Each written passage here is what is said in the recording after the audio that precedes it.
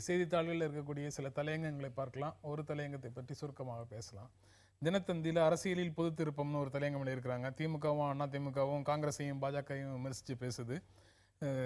திமுகவினர் வந்து காங்கிரஸ் குறித்து ஆதரவாகவும் எதிராகவும் மாற்றி மாற்றி பேசுகிறாங்க. ஜெயலலிதா சமீபத்தில் பாஜகவை விமர்சிச்சிருக்காங்க. மோடி இந்த ரெண்டு கட்சிகளையும் விமர்சிக்கிறாரு. தேர்தல் முடிவுக்கு பிறகுதான் இந்த கட்சிகளுக்கு இடையில உண்டான உறவு எப்படி இருக்கும் அப்படிங்கிறது தெளிவாக தெரியும். இப்போ பேசுகிறத வச்சு ஒன்றும் முடிவு செய்ய முடியாது அப்படின்னு தினத்தந்தி சொல்லுது. தினமணி அரசியல் கட்சிகளுடைய வாக்குறுதிகளை பற்றி தலையங்கம் எழுதியிருக்கிறாங்க. தேர்தல் அறிக்கையில் இல்லாத வாக்குறுதிகளையும் வேட்பாளர்கள் தேர்தல் மேடைகளில் சொல்கிறாங்க. நிறைவேற்ற முடியாத வாக்குறுதிகளையும் தங்களுடைய வரம்புக்குள்ள வராத வாக்குறுதிகளையும் கொடுக்குறவங்க மேலே தேர்தல் ஆணையம் நடவடிக்கை எடுக்கணும் அப்படின்னு தினமணி தலையங்கம் இருக்குது. இந்தியன் எக்ஸ்பிரஸில் அரசியல் கட்சிகளுக்கும் தொழில் நிறுவனங்களுக்கும் இடையில உண்டான உறவை பற்றி ஒரு தலையங்கம் எழுதியிருக்கிறாங்க. முதலாளிகளுக்கு ஆதரவாக செயல்படுறதாக பிஜேபியும் காங்கிரஸும் ஒருவர் மேலே ஒருவர் குறை சொல்கிறாங்க. இதில் ஓரளவுக்கு உண்மை இருக்குது.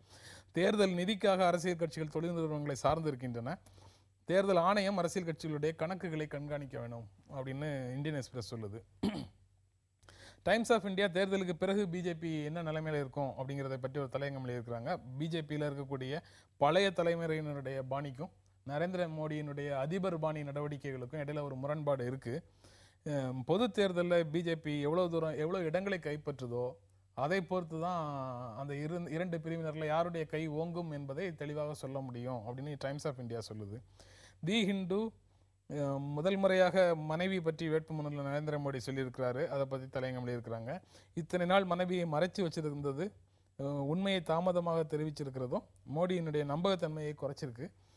பிரதமராக விரும்பக்கூடிய மோடி தன்னுடைய திருமணம் பற்றி வெளிப்படையாக இருந்திருந்தால் மோடியை பற்றிய பயம் வந்து நாட்டில் குறைஞ்சிருக்கும் அப்படின்னு தி ஹிந்து சொல்லுது. டெக்கான் கிரானிக்கலில் தமிழ்நாடு முதலமைச்சர் ஜெயலலிதா பாரதிய ஜனதா கட்சியை விமர்சித்ததை பற்றி ஒரு தலையங்கம் இருக்கிறாங்க. நரேந்திர மோடி சென்னை வந்திருந்த சூழலில் பாஜகவை வந்து காவிரி பிரச்சனை தொடர்பாக பாஜகவையும் காங்கிரஸையும் ஜெயலலிதா விமர்சித்தாங்க. பொதுவாக பிஜேபி மேலே கூறப்படுகின்ற மதவாதம் பற்றி அவங்க எதுவும் சொல்லலை.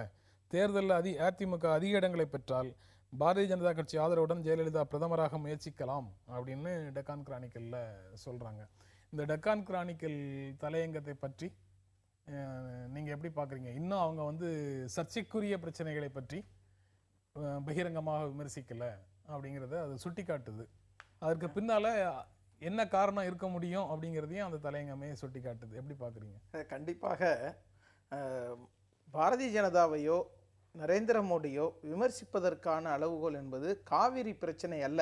அதில் ஒரு கடைசி எழுத்தை எடுத்துட்டா வரக்கூடிய காவி செயல் திட்டங்கள் தான். அவர்கள் ராமர் கோவிலை அதே இடத்தில் கட்டுவோம் என்று சொல்கிறார்கள். பொது சிவில் சட்டத்தை கொண்டு வருவோம் என்பதற்கு காரணம் சொல்கிறார்கள். பாலியல் சமத்துவத்தை, நீதியை, ஜெண்டர் ஈக்குவாலிட்டிக்காக செய்கிறோம் என்றெல்லாம் சொல்கிறார்கள். இது மிக சர்ச்சைக்குரிய விவகாரம். இந்தியா என்ற கருத்தாக்கத்தின் மீது அவர்கள் தொடுக்கின்ற தாக்குதல். சட்டத்தை மீறி இடிக்கப்பட்ட ஒரு இடத்தில் சட்டத்துக்கு உட்பட்டு ஒரு கோவில் கட்டுவோம் என்று சொல்வது ஒரு அரசியல் கட்சி நிகழ்ச்சி நிரலா என்று ஜெயலலிதா அவர்கள் கேட்டிருந்தால் அது பாராட்டலாம். காவிரி பிரச்சனை அவர் கரூரில் நின்று கொண்டு விவசாயிகள் பாதிக்கப்பட்டிருக்கின்ற ஒரு இடத்துல இருந்து கொண்டு அதன் மூலம் வாக்குகளை வாங்க, இங்கே பாரதிய ஜனதா கட்சி அதிமுகவுக்கு எதிராக நிற்கிறது, அதன் வாக்குகளை பிரிக்கிறது. பாரதிய ஜனதாவை அந்த நோக்கில் அவர் தாக்குகிறாரே தவிர அவர்களுடைய இந்தியா என்ற கருத்தாக்கத்தின் மீது தொடுக்கின்ற தாக்குதலுக்காக அவர் கண்டிக்கவில்லை. எந்த கட்சிக்குமே அநியாயமாக இடிக்கப்பட்ட இடத்திலே மீண்டும் அதே போல பாபர் மசூதியை கட்டி கொடுப்போம் என்று சொல்வதற்கான துணிவில்லாத ஒரு நிலைமையை பார்க்கின்றோம். அப்பொழுது அவர்கள் கொள்கை கோட்பாட்டுக்காக மதச்சார்பின்மை எதிர்ப்பதற்காக கண்டிக்கப்பட்டிருக்க வேண்டும். இதை செய்யாது பிறகு அவர் கூட்டணி சேர்வதற்கு அரசியல் பங்கேற்பதற்கு தயாராக இருக்கிறார் என்பதுதான் இது காட்டுகிறது. பாக்கியம், நீங்க எப்படி பார்க்குறீங்க? அதாவது ஜெயலலிதா இப்போ பாரதிய ஜனதா கட்சியை கரூர்லேருந்து பேசியிருப்பது அவங்க நானும் பிஜேபி எதிர்க்கிறேன்னு சொல்வதற்கு ஒரு காரணம், அவ்வளோதான். இது தொடர்ச்சியாக தமிழ்நாட்டில் சில அவங்க மீது வந்துடைய விமர்சனத்தை, குறிப்பாக இடதுசாரிகள் வைத்திருடைய விமர்சனத்தை கொஞ்சம் எதிர்கொள்வதற்கான ஒரு காரணம். இன்னொரு காரணம் என்னென்னு சொன்னால், நீங்கள் கரூர் டெல்டா பகுதியில் நீங்கள் கர்நாடகாவோடு சம்மந்தப்பட்ட பிரச்சனை என்பதனால கர்நாடகாவில் பாரதிய ஜனதா கட்சி ஆட்சியில் இருந்த காலத்தில் இந்த காவேரி பிரச்சனை இப்படி தான் இருந்ததுனால அவங்க அந்த விஷயத்தை பேசியிருக்காங்க. உண்மையிலே பாரதிய ஜனதா கட்சியினுடைய அந்த அடிப்படையான விஷயத்தை அவங்க விமர்சிக்கலை.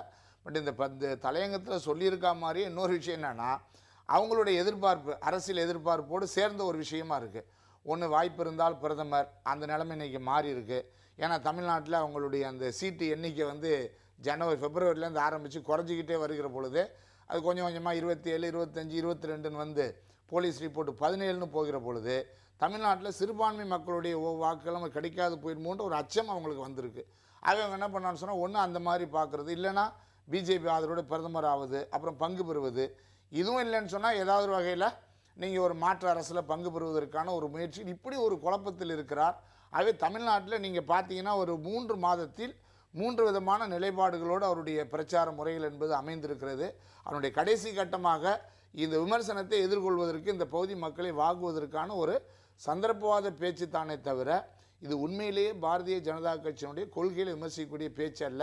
அப்படி இருந்திருந்தால் 370 பற்றி, பொது சிவில் சட்டத்தை பற்றி, ராமர் கோவிலை பற்றி, இடஒதுக்கீடை பற்றி, இதை பற்றி எங்கேயாவது பேசியிருக்கலாம். இது எதை பற்றியுமே பேசாமல் பாரதிய ஜனதா கட்சி தோற்கடிகள் என்று சில வார்த்தைகள் பேசுவது என்பது ஒரு சந்தர்ப்பவாதம் என்பதை தவிர உண்மையான விமர்சனம் இல்லை என்பதை நாங்கள் பார்க்கிறோம். ஒரு இடைவெளிக்கு அப்புறம் நம்ம தொடர்ந்து பேசலாம். பாக்கியம் சொன்னதனுடைய தொடர்ச்சியாக சில விஷயங்களை ராஜா சொல்றாரு, டி ராஜா சொல்றாரு. தமிழ்நாட்டில் இருக்கக்கூடிய திராவிட கட்சிகளுக்கு இது ஒரு சோதனையான காலம் அப்படின்னு சொல்றாரு. அது எப்படி அப்படிங்கிறதை பற்றி ஒரு இடைவெளிக்கு அப்புறம் நம்ம தொடர்ந்து பேசலாம். Takani, takani, takani, takani.